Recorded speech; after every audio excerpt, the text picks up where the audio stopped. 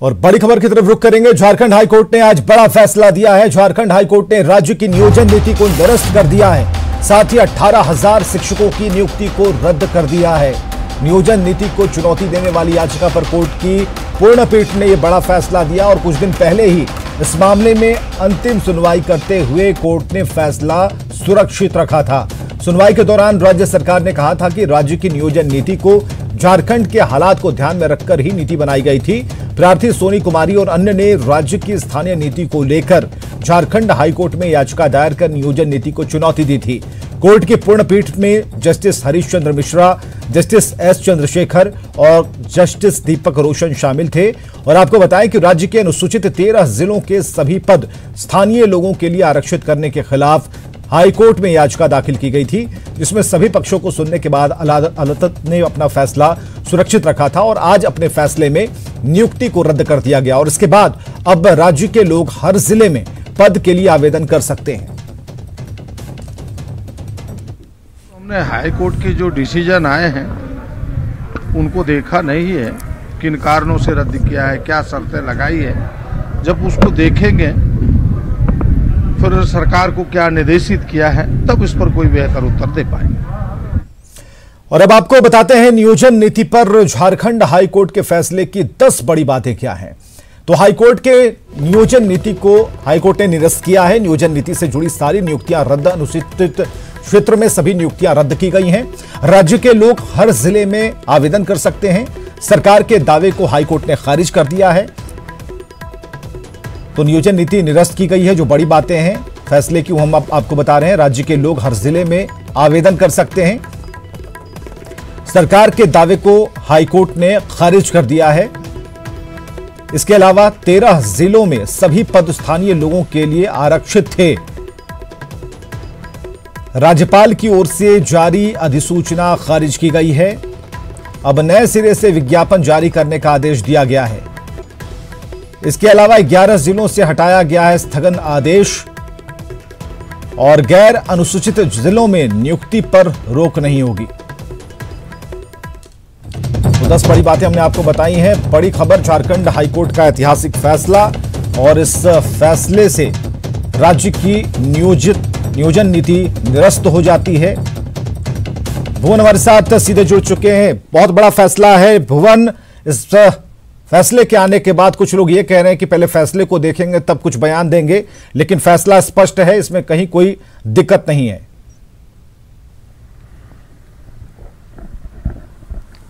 बिल्कुल विवेक, जिस तरह से हाईकोर्ट का ये फैसला आया है उसमें साफ तौर पे पिछली सरकार के जो नियोजन नीति हैं उस पर सवाल उठाया गया है और साफ तौर पर ये कहा गया है कि ये असंवैधानिक था और इसके कारण से जो नियुक्ति प्रक्रिया जो हुई थी वो इफेक्टेड जरूर होगा। हमारे साथ जो प्रार्थी के जो एडवोकेट हैं ललित कुमार, उनसे हम सीधे जानते हैं कि हाईकोर्ट का क्या फैसला है। आप बताइए जो हाईकोर्ट का क्या फैसला हुआ है। देखिए, हाईकोर्ट का जो आज का डिसीजन है उसमें हाईकोर्ट ने स्पष्ट कहा है कि इन एनी कंडीशन 50% से ज़्यादा जो रिजर्वेशन टेनेबल नहीं है।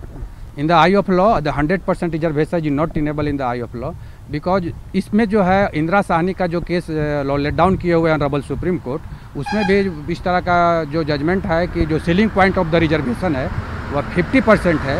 इसलिए इन एनी सर्कमस्टांस जो उसका क्राइटेरिया है रिजर्वेशन देने का, जैसे जाति हुआ, धर्म हुआ और जन्म स्थान हुआ और रेसिडेंस हुआ, इस सब के आधार पर अगर आप रिजर्वेशन की बात करते हैं तो कॉन्स्टिट्यूशनली वैलिड 50% ही है। The ceiling point of the reservation is only 50%। According to that जो है आज का डिसीजन में और जो लेटेस्ट डिसीजन जो आंध्र प्रदेश का मैटर जो चेबरू लीला प्रसाद का जो मैटर था उसमें सुप्रीम कोर्ट स्पष्ट कहा कि उसमें भी जो इंदिरा साहनी का जो रिजर्वेशन के पॉइंट पर जो लॉ लेट डाउन है कि the ceiling point of the reservation is the 50%, उसके अकॉर्डिंग ही आप रिजर्वेशन का प्रोविजन इन एनी सर्कमस्टांस कर सकते हैं। अच्छा ललित जी, अब ये बताइए कि हाईकोर्ट ने जो डायरेक्शन दिया है वो क्या फैसला हुआ और कितना प्रभावित होगा। जो परीक्षाएं आयोजित हो चुकी थी, नियुक्तियां हो गई थी, जैसे हाई स्कूल शिक्षक नियुक्ति प्रक्रिया अधर में था लेकिन कुछ जिलों में तो नियुक्तियां हो गई थी, वो क्या होगा। नहीं तो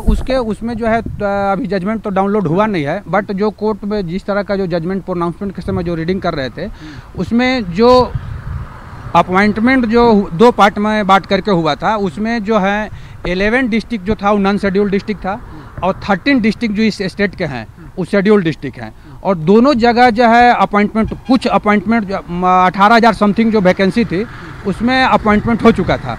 बट कोर्ट जो है 11 डिस्ट्रिक्ट में जो अपॉइंटमेंट हुए हैं उसको सेव कर दी है और जो 13 डिस्ट्रिक्ट में जो अपॉइंटमेंट जो हुआ है उसमें इंटायर सिलेक्शन प्रोसेस, मेंस के advertisement and entire selection process को क्वेश कर दी है। तो इसका मतलब हुआ जो फिर से उसमें विज्ञापन निकाले जाएंगे। हाँ, और उसमें जो है डायरेक्शन दिया है, स्टेट को डायरेक्शन दिए हुए है कि उसमें फिर से विज्ञापन आए और वैसे लोग जो इस अपॉइंटमेंट प्रोसेस के पार्ट हैं वो उनका जो एज वगैरह है उनको रिलैक्स करते हुए वे आवेदन उसी अकॉर्डिंग करेंगे, उसी के एज पर the term condition of the advertisement उनका एज को है सेव कर दिया गया है। और जो फ्रेश भी हैं, एडवर्टीजमेंट फ्रेश आएगा और डायरेक्शन दिया है कि आप अकॉर्डिंग टू दैट जो है एक डिस्ट्रिक्ट सेलेक्ट करें और उस सिलेक्शन प्रोसेस का पार्ट बने। ये बताइए, जो आपके क्लाइंट जो सोनी कुमारी जो थी, जो अपील की थी, तो क्या जो कोर्ट का जो फैसला है उससे आप लोग संतुष्ट हैं?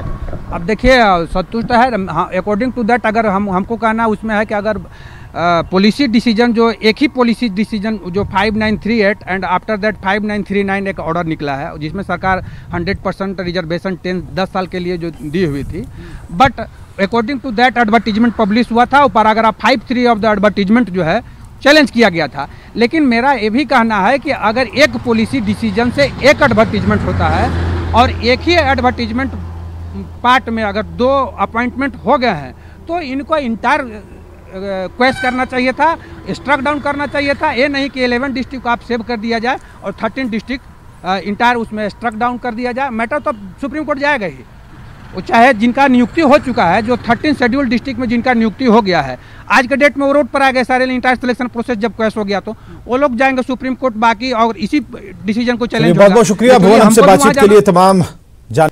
आप देख रहे हैं जोहार झारखंड। विधानसभा की कार्यवाही शुरू होने से पहले बीजेपी विधायक अमर बावरी और रणधीर सिंह ने विधानसभा पोर्टिको में राज्य सरकार के खिलाफ प्रदर्शन किया।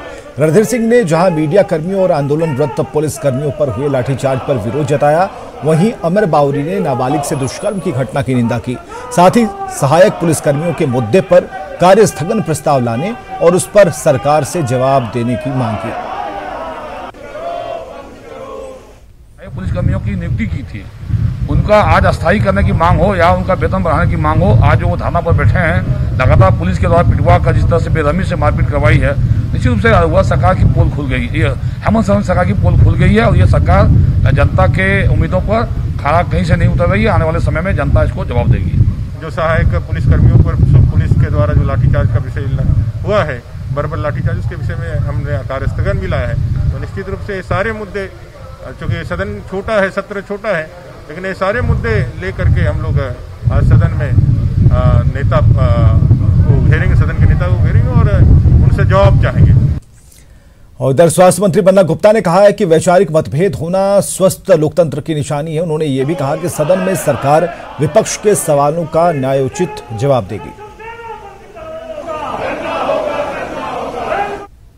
वैचारिक मतांतर होना स्वस्थ लोकतंत्र की पहचान है, तो वो अपने वैचारिक मतांतर का प्रयोग करेंगे और सरकार जो न्याय संगत बात होगी उसका निश्चित तौर पर सम्मान किया जाएगा। लेकिन हर चीज जो है राजनीति के चश्मे से लोकतंत्र को भी नहीं चलाया जा सकता है। राज्यसभा में कल हुई घटना को निर्दलीय विधायक सरयू राय ने दुर्भाग्यपूर्ण बताया। सरयू राय ने कहा कि विरोध करने का यह तरीका सही नहीं है।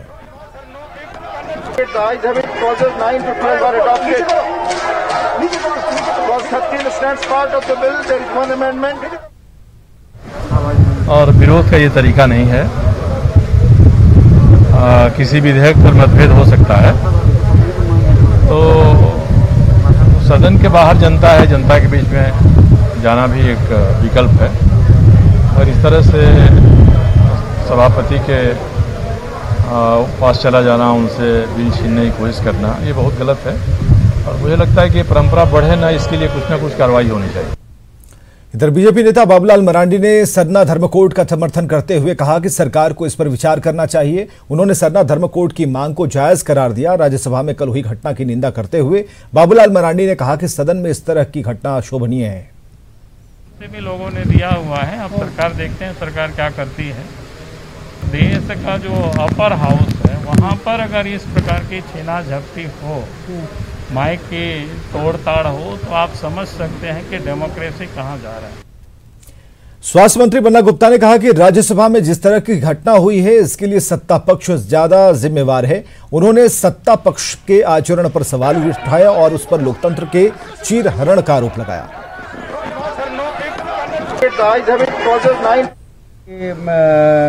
जो सत्ता पक्ष है उसकी बहुत अहम भूमिका होती है और जिस तरीके से कल राज्यसभा में जो घटना घटी है इसके लिए विपक्ष जिम्मेवार कम है, सत्ता पक्ष जिम्मेवार ज़्यादा है। क्योंकि सत्ता पक्ष ने जिस तरीके से आचरण किया है वो लगता है कि लोकतंत्र का चीरहरण करने का काम किया है।